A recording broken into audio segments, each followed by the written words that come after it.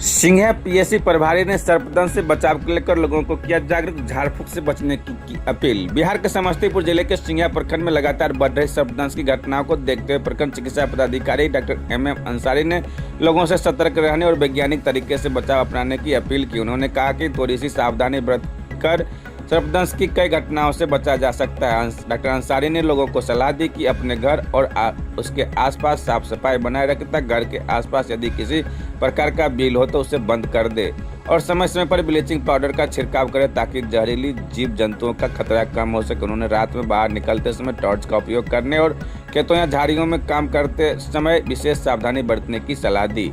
उन्होंने कहा कि यदि किसी व्यक्ति को सर्प काट ले तो झाड़ फूक, भगत या नीम हकीम के चक्कर में बिल्कुल ना पड़े। ऐसे मामलों में समय सबसे महत्वपूर्ण होता है। पीड़ित को बिना देरी किए नज़दीकी सरकारी अस्पताल या स्वास्थ्य केंद्र में पहुंचाकर उपचार कराना चाहिए, जहां सर्पदंश का समुचित इलाज और एंटी स्नेक वेनम ASB उपलब्ध रहता है। उन्होंने लोगों से अफवाहों से बचने और जागरूक होकर दूसरों को भी सही जानकारी देने की अपील की। बताते चले कि अभी तक सिंघिया प्रखंड क्षेत्र में लगभग 1.5 दर्जन लोग सर्पदंश का शिकार हो चुका है और 4 लोगों की मौत हो चुका है।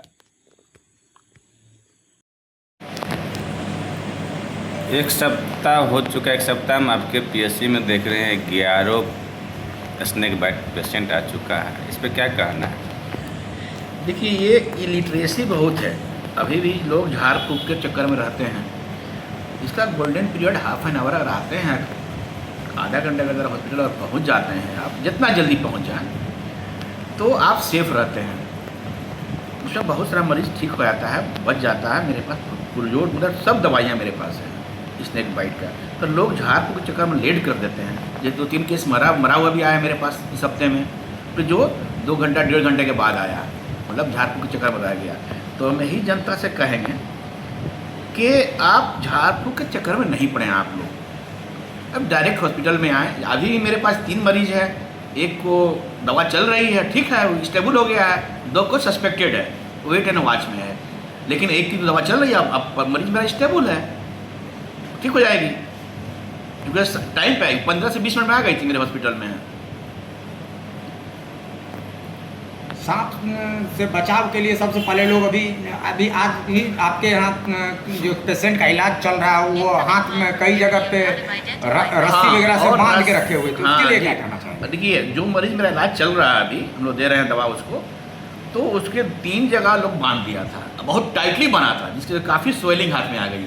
तो एक जगह बांध दें सेफ्टी के लिए, लेकिन वो भी ज़रूरत नहीं है बांधना भी। लेकिन देहात में बहुत सारे लोग होता है, औरत बताई कि सर जो है ना, लोग आते गए बांधते गए, तो ये भी गलत है। उसमें नेक्रोसिस हो जाता है। जैसे अगर लंबे समय तक बांधे रह गया, चीरा भी लगा देता है आगे। हाँ, चीरा भी नहीं लगाना है, ताकि डॉक्टर देखे कि स्नेक बाइट का उसका टीथ का निशान है कि नहीं है। उससे हम लोग सस्पेक्ट कर लेते हैं कौन सा सांप काटा होगा। तो वो 3 जगह बांधी हुई थी, हाथ में स्वेलिंग आ गया काफ़ी, तो हम लोग खोले जल्दी पहले उसको, अब स्टेबल है वो। सांप काटने के बाद तुरंत घरेलू रूप से लोग क्या उपचार कर सके ताकि वो हॉस्पिटल समय पे पहुंच सके? कुछ नहीं करे, सांप काटे और डायरेक्ट हॉस्पिटल आए। मोमेंट कम करना है, हाथ पैर को ज़्यादा चलाना नहीं, जिस स्थिति में उसी स्थिति में लाद के लेकर आइए। चीरा नहीं लगाइए, बांधिए नहीं, बांधने से कुछ होता नहीं है। अच्छा, थोड़े सर्कुलेशन बंद हो जाता है। बहुत सारा न्यूरोटॉक्सिक होता है, हेमाटोटॉक्सिक होता है, ब्लड सर्कुलेशन भी बंद हो जाता है, दूसरा समस्या भी हो सकता है। हाँ, मूल रूप से जहरीली सांप की संख्या तो अपने यहाँ रूरल क्षेत्र में बहुत कम है। जो डेथ किया 3 पिछले हफ्ते में, तो जहरीली सांप काटने की वजह से ही ना किया है। लेकिन गलती उन लोगों की है कि वो लोग हॉस्पिटल क्यों नहीं लाया भी तो बहुत डेथ मरा हुआ लाया। तो उसमें डॉक्टर क्या कर सकता है? जो मरा हुआ आएगा तो जिंदा रहे तो वो सोचेगा भी आदमी, क्योंकि प्राइमरी एड कर सकता है। अगर नहीं कंट्रोल होगा तो उसको रेफर कर सकता है।